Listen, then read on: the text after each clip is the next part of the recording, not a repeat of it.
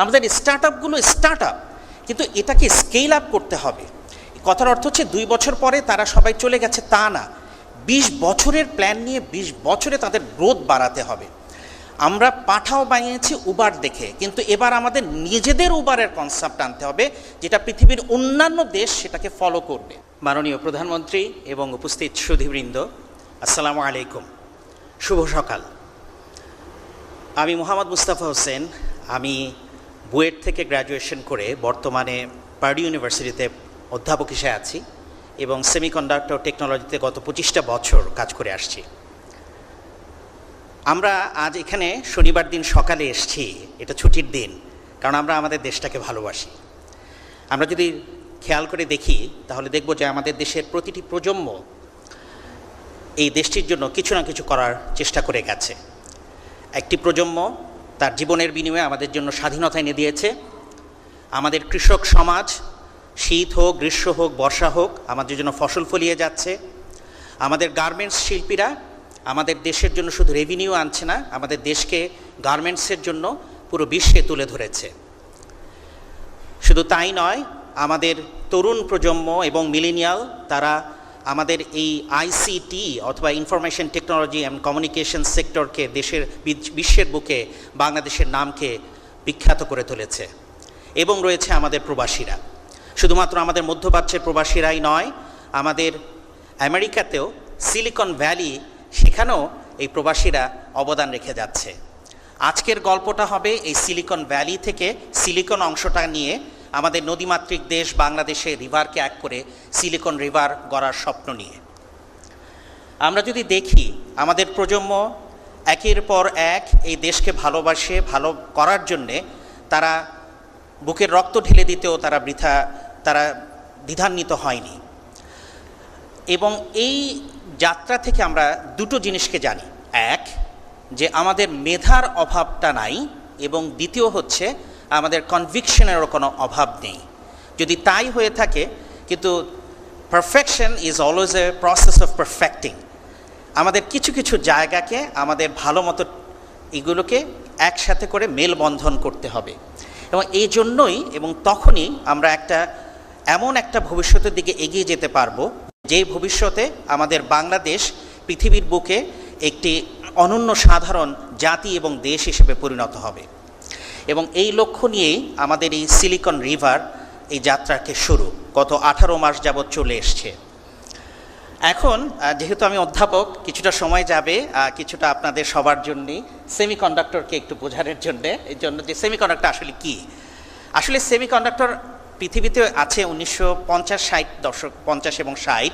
সেই সময় ট্রানজিস্টর মানে একটি ছোট্ট সুইচ, এবং এরপরে সেই সুইচগুলোকে কিভাবে করে আমরা ম্যানুফ্যাকচার করতে পারি সেই নিয়েই এটা যাত্রা শুরু।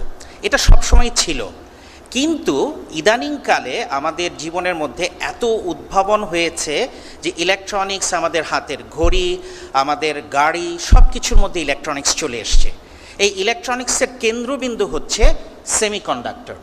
তো যত রকমের আমরা শুনি যে কৃত্রিম বুদ্ধিমত্তা হোক অথবা স্বাস্থ্যসেবা হোক বা আমাদের রোবোটিক্স হোক, যেগুলো আছে সব কিছুই এখন এই ইলেকট্রনিক্স মানে সেমিকন্ডাক্টর দিয়ে চলছে।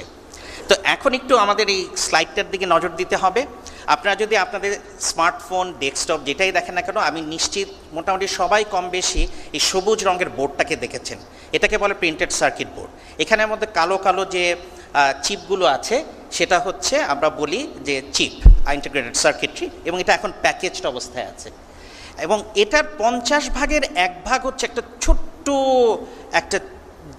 একটা চিপ, যেটার মধ্যে আছে এরকম বিলিয়ন্স, কোটি কোটি আপনার সুইচ বা ট্রানজিস্টর। কেন? আমাদের কম্পিউটিং জগৎটা হচ্ছে 1 আর 0, এই জন্য এটাকে আমরা বলি বাইনারি। তো 1 হচ্ছে কারেন্ট যেতে পারবে, 0 হচ্ছে কারেন্ট যেতে পারবে না। সেমিকন্ডাক্টর কথার অর্থ হচ্ছে আমরা একটা ম্যাটেরিয়ালকে ইউজ করি যাতে আমরা চাইলে কারেন্ট যেতেও পারে, মানে কম্পিউটার বুঝে 1, আমরা চাইলে কারেন্ট নাও যেতে পারে, মানে হচ্ছে 0। এজন্যই হচ্ছে সেমিকন্ডাক্টর। তো এটার মধ্যে সবচেয়ে জনপ্রিয় হচ্ছে সিলিকন। 90% ক্ষেত্রে সিলিকন ইউজ হয়। তো এখন আমরা যদি দেখি যে এখানে আসলে কিভাবে করে এটার পুরো ইকোসিস্টেমটা তৈরি হয়েছে, ডিজাইন, এই যে ছোট ছোট যে সুইচগুলো, এগুলোকে তার টেনে টেনে আমাদেরকে জোড়া দিতে হয়, তাহলে পরে এটা বুঝে যে আমরা আসলে কী চাচ্ছি ওর কাছ থেকে। তো এই ডিজাইনে আমাদের বাংলাদেশের যে 21টি কোম্পানি এখন আছে, তার সিংহভাগ সেখানে নজর দেয়। সেখানের মধ্যে কাজ করছে 1200-র বেশি ইঞ্জিনিয়ার আমাদের দেশে। আচ্ছা, তারপরে হচ্ছে এটা ম্যানুফ্যাকচারিংয়ে যায়। তো ম্যানুফ্যাকচারিং হচ্ছে যে ফিজিক্যালি জিনিসটাকে তৈরি করতে হবে, তারপরে হচ্ছে যে সেটাকে নিয়ে একটা ছোট্ট প্যাকেজের মধ্যে ঢুকাতে হবে। তো সেটা যখন হয় সেটা হচ্ছে প্যাকেজিং। আর এই পুরো সিস্টেমটাকে যে সাপোর্ট দেয় একটা কেমিক্যাল, একটা গ্যাস, যত রকমের ম্যাটেরিয়াল, সেটাকে আমরা বলি সাপ্লাই চেইন। তো এগুলো যখন তৈরি হয়ে যায় তখন বড় বড় কোম্পানিগুলো এগুলোকে আমাদের কাছে গ্যাজেট বা ডিভাইস হিসেবে এনে দেয়। তো এই হচ্ছে ইকোসিস্টেম। আমরা যদি চারিদিকে তাকায় দেখি তাহলে পরে দেখব যে আমাদের দেশের অবস্থাটা কোথায় এখন। আমাদের ডিজাইনে অনেক কাজ হচ্ছে, আমাদের কিছু কিছু কাজ এখন টেস্টিংয়ে শুরু হয়েছে, মানে হচ্ছে প্যাকেজিংয়ের ওই অংশটায়, এবং আমরা এমবেডেড সিস্টেমসেরও কিছু কাজ হচ্ছে। আজকে আপনারা যখন এখানে যাবেন তখন দেখবেন যে ওনারা সবাই এসছেন।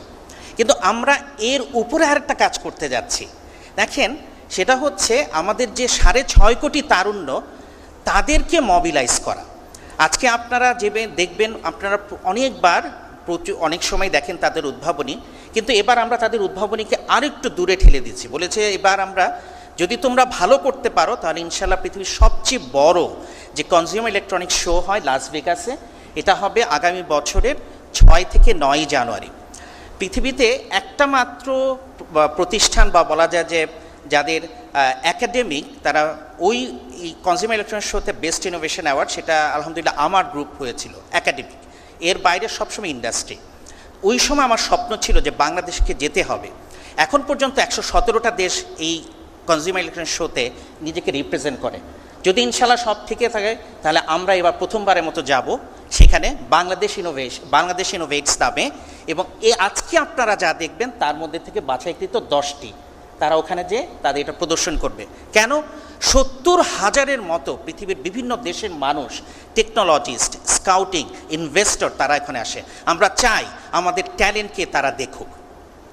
যদি তাই হয়ে থাকে, এই বাংলাদেশকে নিয়ে আমাদের স্বপ্ন দেখার পিছনে কিছু কারণ আছে। প্রতি বছর 20,000 ছেলেমেয়ে আমাদের electrical engineering, computer science, physics এই ধরনের স্টেম থেকে পাশ করছে। তাদের ভাষা হচ্ছে, তারা যখন শিখছে ইংরেজি, এবং তারা 120 ক্রেডিট আওয়ারের মতো কমপ্লিট করে। আমি আমেরিকা শিক্ষা ব্যবস্থা এবং এখানে থেকে জানি, একসময় আমি সৌদি আরবে ছিলাম, যে আমরা একদমই ওয়ার্ল্ড স্ট্যান্ডার্ডেই আছি। আমাদের অবশ্যই সবসময় আরও উন্নতি করতে হবে। আপনারা হয়তো জানেন না, আমেরিকার প্রথম 5টা MIT, Stanford, Berkeley, Caltech, Purdue এবং জর্জিয়া থেকে 10 জন বাংলাদেশি বংশোদ্ভূত অধ্যাপক আছে। 7 জন সেমিকন্ডাক্টরে কাজ করে, এবং 7 জনের মধ্যে অন্তত 3 জনকে সবাই এই যারা গ্লোবাল ইন্ডাস্ট্রি তারা জানে। এরপরে হচ্ছে 3000-এর বেশি আমাদের প্রবাসী বাংলাদেশিরা শুধু আমেরিকাতেই সেমিকন্ডাক্টরে কাজ করে আসছে। তাদের আজকে অনেকেই এখানে উপস্থিত আছে।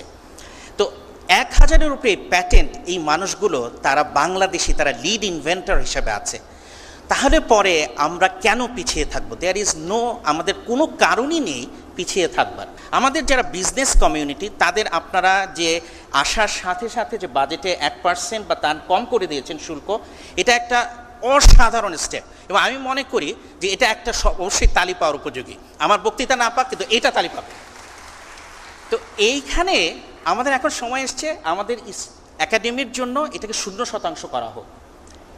একাডেমির জন্য ট্রেনিং পারপাসে আমাদের যারা বিজনেস কমিউনিটি আছে তাদেরকে এই ধরনের শুল্ক, তারপর ওয়ান স্টপ সার্ভিস, এয়ারপোর্ট সুবিধা, এই ধরনের সুযোগ সুবিধাগুলো দেওয়া হলে, যেমন আমি কোরিয়াতে গেলাম, আমরা তখন আমাদের রোড শোতে আমরা ওখান থেকে শিখে এসে আমরা আমাদের যে আপনাদের এখন যে প্ল্যান চলছে সেগুলোর মধ্যে আমাদের সেমিকন্ডাক্টরকে নিয়ে আসলাম। তো আমরা এই জন্য দাঁড়িয়ে আছি যে কীভাবে করে এগুলোকে আনা যায়।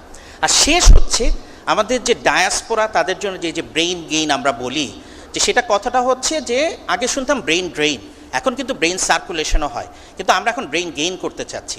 এদেরকে সাথে নিলে পরে যেটা হবে, যেটা হচ্ছে আমাদের সরকার, রাষ্ট্র, পলিসি, ইনফ্রাস্ট্রাকচার এই সাপোর্টটা দিবে।